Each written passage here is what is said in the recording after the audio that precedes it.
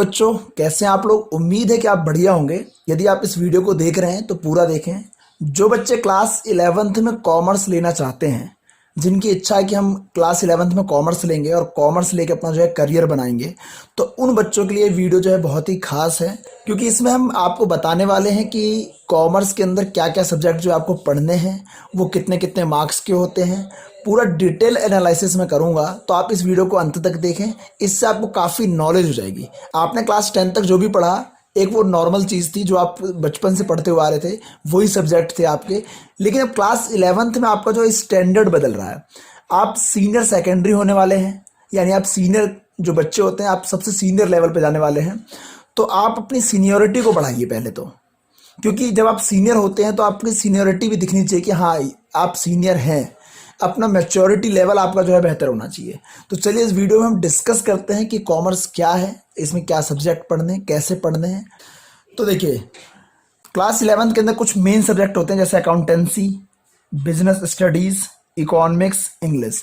ये जो सब्जेक्ट हैं, 4 सब्जेक्ट, ये जो है मेन सब्जेक्ट हैं जो आपको, अगर आपने कॉमर्स लेने की सोची तो आपको ये 4 सब्जेक्ट पढ़ने पड़ेंगे।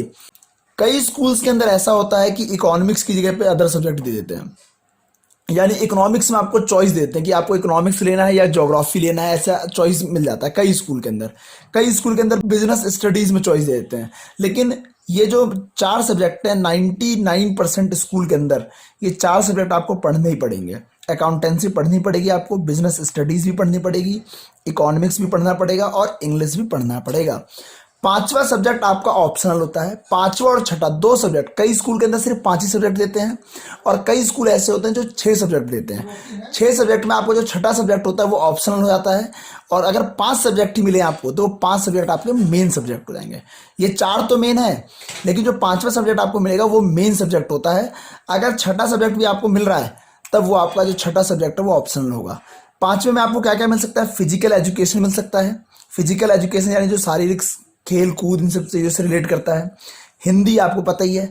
आईटी यानी इंफॉर्मेशन टेक्नोलॉजी, ठीक है। फाइन आर्ट्स मिल सकता है, जिसके अंदर ड्राइंग वगैरह सिखाई जाती है, किस किस प्रकार की आर्ट्स होती है। फाइन आर्ट्स और कमर्शियल आर्ट ये दोनों लगभग एक ही होते हैं।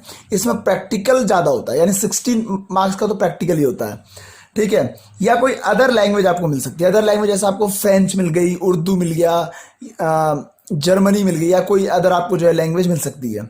ज्योग्राफी आप ले सकते हैं।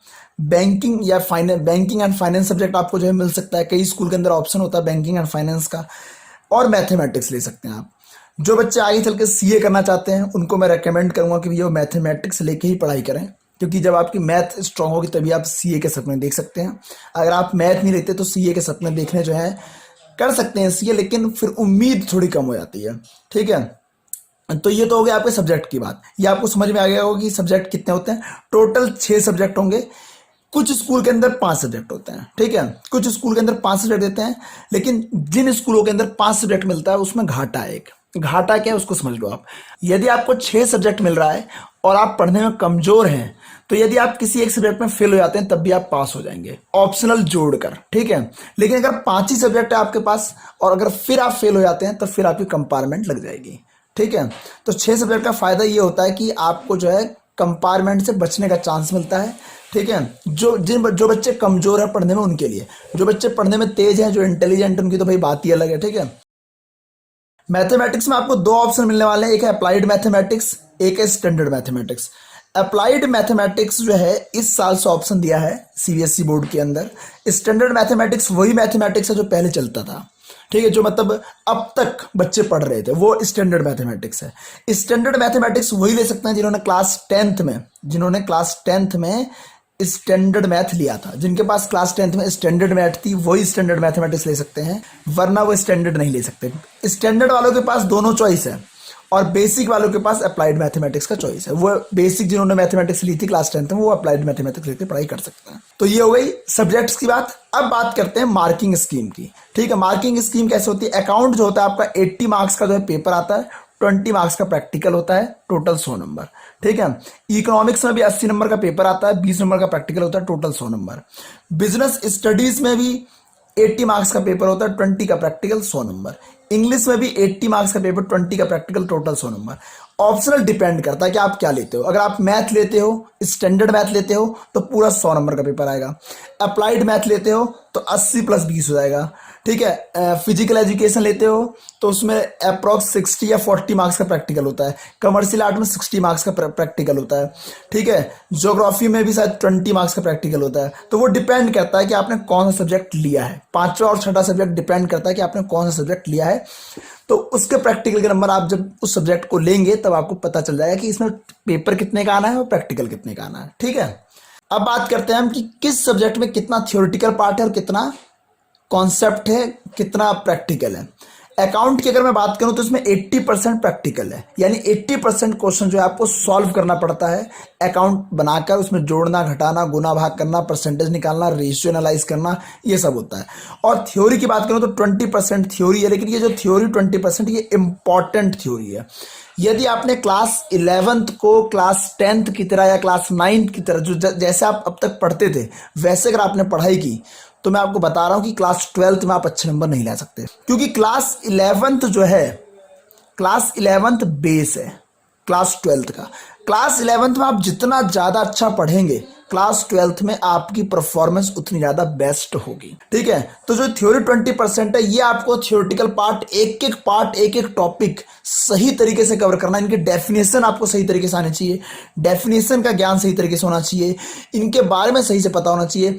और एक चीज़ मैं आपको और बताता हूँ, जो डेफिनेशन आप पढ़ेंगे इसके अंदर वो वर्ड टू वर्ड कोड होना चाहिए, यानी जो सेक्शन के अकॉर्डिंग दिया हुआ है उसमें सेक्शंस होते हैं कि इस सेक्शन के अंदर ये डेफिनेशन और ये ऑब्जेक्टिव है, ये एडवांटेज है, ये फीचर्स है, तो उसके हिसाब से आपको जो है पूरे कॉन्सेप्ट को, थ्योरेटिकल पार्ट को बिल्कुल सही तरीके से पढ़ना हो। क्लास 10th की तरह या क्लास 9 की तरह जो आप मजाक में पढ़ते थे या लास्ट टाइम पे पढ़ते थे वो पढ़ाई करोगे तो भैया आप अपना बेड़ा गर्क कर लोगे और कुछ नहीं होने वाला है यहाँ पे।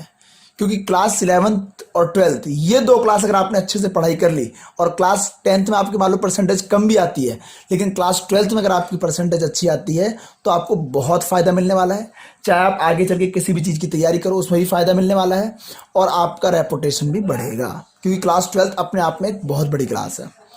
इकोनॉमिक्स में मैं अगर मेरे हिसाब से देखा जाए तो 100% कॉन्सेप्ट है, इसमें रटने वाली कोई चीज़ है ही नहीं, रटने वाली कोई भी चीज़ नहीं है। इसमें आपको पूरा कॉन्सेप्ट है, पूरा जो रियल लाइफ से रिलेट करता है इकोनॉमिक्स, और अगर आप इसको अच्छे से पढ़ोगे तो आपको रियल लाइफ से रिलेट, जैसे आप न्यूज़ चैनल्स वगैरह देखते हो उसमें कई सारे इकोनॉमिस्ट आते हैं, अपनी अपनी बातें रखते हैं, आपको उनकी बातें समझ में नहीं आती होगी, लेकिन अगर आप क्लास 11th में इकोनॉमिक्स को अच्छे से पढ़ेंगे, अच्छे से डीपली स्टडी करेंगे और कॉन्सेप्ट को क्लियर करेंगे तो आपका जो है बहुत अच्छा जो है करियर बन सकता है। क्योंकि इकोनॉमिक्स अगर आपने अच्छे से पढ़ाई की इकोनॉमिक्स में तो आगे जाके आप इकोनॉमिक्स ऑनर्स भी कर सकते हैं। आपको पता होना चाहिए डॉक्टर मनमोहन सिंह जो हमारे पूर्व प्रधानमंत्री थे वो इकोनॉमिस्ट हैं, उन्होंने इकोनॉमिक्स ऑनर्स किया था SRCC से। ठीक है, इसमें जो थ्योरी है वो 40% है और प्रैक्टिकल जो है 60% है क्लास 11th में, क्योंकि इसमें स्टैटिक्स आ जाता है, तो स्टैटिक्स आपको पता है पूरी मैथमेटिक्स है, लेकिन उसमें भी 10% आपकी जो है थ्योरी पार्ट आ जाता है, बाकी पूरा प्रैक्टिकल है। दूसरी बुक जो है आपकी माइक्रो इकोनॉमिक्स वो पूरी जो है आपकी प्रैक्टिकल भी है, उसमें थ्योरी भी है। इकोनॉमिक्स के अंदर थ्योरी का जो है 40% पार्ट है और प्रैक्टिकल का जो है 60% पार्ट है। ठीक है, क्योंकि इसमें स्टैटिक्स आती है, स्टैटिक्स पूरी मैथमेटिक्स है और इस मैथमेटिक्स जब है तो पूरी प्रैक्टिकल ही होगी, सीधी सी बात है। बिजनेस की बात करें तो बिजनेस में 100% थ्योरी है, इसमें क्लास 11th के अंदर एक भी परसेंट ऐसा नहीं है कि जो आपको प्रैक्टिकल क्वेश्चन करने के लिए आए। इसमें एक चीज़ आपको ध्यान रखना पड़ेगा, केस स्टडी। जो बच्चे ध्यान देते हैं, बच्चे क्या सोचते हैं कि बिजनेस क्या है, एक थ्योरी सब्जेक्ट है, इसको तो हम रट के अच्छे नंबर ले आएंगे, और यही गलती जो है पूरे साल वो करते रहते हैं और बाद में पेपरों में उनके जो है नंबर कम आते हैं। देखो बिजनेस स्टडीज़ बहुत अच्छा सब्जेक्ट है। क्लास 11th में अगर आप बिजनेस स्टडीज़ को डीपली पढ़ते हैं तो आपको इतना नॉलेज होने वाला है, इतना नॉलेज होने वाला है जो आप सोच भी नहीं सकते रियल लाइफ से, क्योंकि इसमें इंश्योरेंस के बारे में बताया गया है डीपली, बहुत डीपली, मार्केट के बारे में बताया गया है, business partnership, sole proprietor, company कैसे आप इस्टेब्लिश कर सकते हो उसके बारे में डीपली चर्चा की गई है। ठीक है, तो पूरा कॉन्सेप्ट बेस्ड है। आप कॉन्सेप्ट को क्लियर करोगे तो उसमें केस स्टडीज आती हैं। केस स्टडीज क्या होती है कि आपने जो कॉन्सेप्ट पढ़ा है उसके बेस पे कहानी होगी, कहानी आपको पढ़नी है और फिर समझना है कि इसके अंदर क्या लिखा जाएगा। तो आपको कॉन्सेप्ट क्लियर होगा तभी आप केस स्टडीज कर सकते हो। कॉन्सेप्ट क्लियर नहीं है तो केस स्टडीज आप नहीं कर सकते, सिंपल सी बात। आगे बात करते हैं इंग्लिश की। इंग्लिश आपको पता पूरा 100% थ्योरी है। इंग्लिश तो आप पहले भी पढ़ते हुए आए हो, तो क्लास 10th में जैसे आपने इंग्लिश पढ़ी थी वैसे ही इंग्लिश है, बस कुछ चीज़ें चेंज हैं जो आप रिकवर कर लोगे आराम से, कोई दिक्कत नहीं है। बाकी ऑप्शनल सब्जेक्ट डिपेंड करता है कि आपने क्या लिया है, उसके हिसाब से आपको जो है पढ़ाई करनी पड़ेगी। अब आगे मैं बात करता हूँ एक टाइम टेबल की, कि जो आप सब्जेक्ट ले रहे हैं, क्लास 11th आप जा रहे हैं, आपको किस तरीके से पढ़ाई करनी है, किस तरीके से आप पढ़ेंगे तो आप बेटर और अच्छे नंबर जो है और अच्छी नॉलेज है, मेन चीज़ है नॉलेज। नंबर अगर आपके नहीं भी आएंगे ना, अगर आपके पास नॉलेज है तो आप दुनिया में बहुत कुछ कर सकते हो। ठीक है, तो देखिए, अकाउंट को डेली कम से कम आप 2 घंटे दीजिए। 2 घंटे आपको अकाउंट को देना पड़ेगा, जिसके अंदर आप आधे घंटे थ्योरी पढ़िए और 1.5 घंटा जो है प्रैक्टिकल के क्वेश्चन कीजिए, या 10 मिनट थ्योरी पढ़िए, 20 मिनट थ्योरी पढ़िए, मैक्सिमम आपको प्रैक्टिकल क्वेश्चन करने, और थ्योरी को आपको थोड़ा सा पढ़ना है, एक चीज पढ़नी है लेकिन सही तरीके से पढ़नी है, कॉन्सेप्ट क्लियर करके पढ़ना है।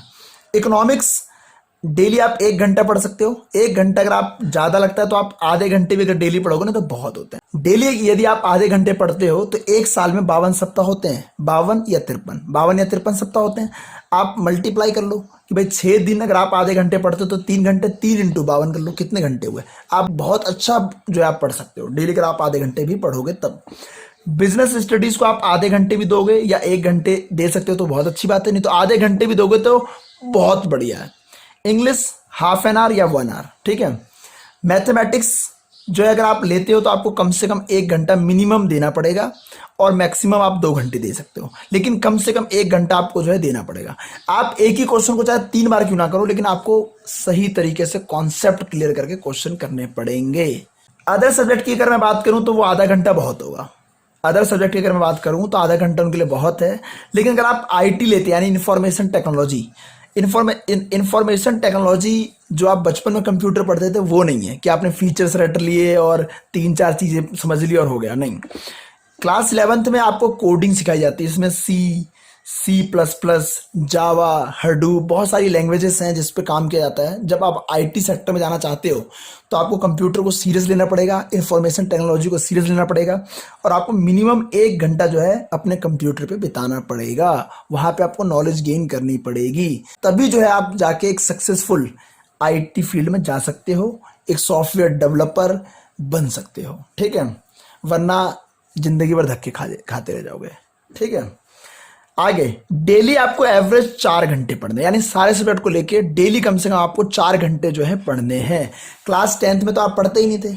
मैं उन बच्चों की बात नहीं कर रहा जो इंटेलिजेंट है, क्योंकि इंटेलिजेंट बच्चों को पता होता है उन्हें क्या करना है, लेकिन कुछ बच्चे हमारे ऐसे होते हैं जिनको पूरे साल मतलब नहीं होता है, पूरा साल निकल जाता है उनको कुछ मतलब नहीं होता। पेपर से 2 महीने पहले उनको होश आता, ओ माय गॉड पेपर आने वाले हैं, और फिर उनकी पढ़ाई जो है स्टार्ट होती है। तो क्लास 11th में आप ऐसा ना करें, स्टार्टिंग से पढ़ते हुए चलें, टॉपिक वाइज, कंटेंट वाइज अपने आप को मजबूत करते हुए चलें। क्लास 10th तक आप जैसे भी थे चला, क्लास 11th में आपके पास एक चांस है कि आप अपने आप को एक रिन्यू करके रीजनरेट कर सकते हो, रीडेवलप कर सकते हो, और एक रिमार्केबल जो है आप बन सकते हो, आप एक फ्रंट पे आ सकते हो। अब बात करते हैं कि स्टडी केटीवी आपको क्या प्रोवाइड कर सकता है और आपको स्टडी केटीवी से जुड़ने का क्या फायदा है, ठीक है, यानी हमसे जुड़ने का आपका फायदा क्या है।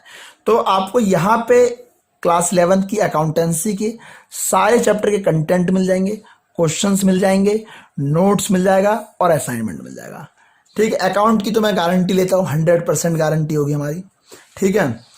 इकोनॉमिक्स में हमारी कोशिश होगी, मैं इसकी गारंटी पूरी लूँगा, 50-50 लूँगा, क्योंकि टाइम की बहुत कमी है, क्योंकि मुझे 9 से लेकर 12 क्लास तक का कंटेंट तैयार करना है, तो इसकी वजह से टाइम की थोड़ी कमी है। तो इसमें कोशिश कर सकता हूँ कि मैं आपको इकोनॉमिक्स भी जो है विद नोट्स और असाइनमेंट प्रोवाइड करवा दूँ। अगर रिस्पॉन्स अच्छा मिलता है मुझे मेरे यूट्यूब चैनल पर, तो मैं आपको फिर इसमें भी कंटेंट प्रोवाइड करूँगा, चाहे मुझे रात भर जाग के क्यों ना बनाना पड़े। लेकिन अगर रिस्पॉन्स नहीं मिलेगा तो फिर इतनी मेहनत करने का कोई फ़ायदा नहीं है, ठीक है। बिजनेस स्टडीज के अंदर मैं आपको सिर्फ और सिर्फ नोट्स और केस स्टडीज प्रोवाइड कर सकता हूं, इसके अलावा मैं आपको कंटेंट अभी नहीं दे सकता इसके अंदर। अगर आपको ये वीडियो पसंद आया हो, वीडियो में मजा आया हो, सारी बातें समझ में आ गई हो, तो वीडियो को शेयर जरूर करें अपने क्लास 10th के सभी बच्चों के साथ। जो बच्चे साइंस साइड लेने वाले हैं, कॉमर्स लेने वाले हैं, आर्ट्स लेने वाले हैं, सबके साथ शेयर कर दो, क्योंकि किसके दिमाग में अभी क्या चल रहा है हमें नहीं पता, और वो बच्चा क्या लेना चाहता है वो भी नहीं पता, क्योंकि कई बच्चे तो डिपेंडेंट हैं परसेंटेज पे। अगर आपको ये वीडियो पसंद आई हो तो वीडियो को शेयर करें, लाइक करें, कमेंट करें। क्लास 10th के जितने भी आपके फ्रेंड्स हैं सबके साथ शेयर कर दें। ठीक है, अपना ख्याल रखें, stay home stay fit. Thank you, धन्यवाद।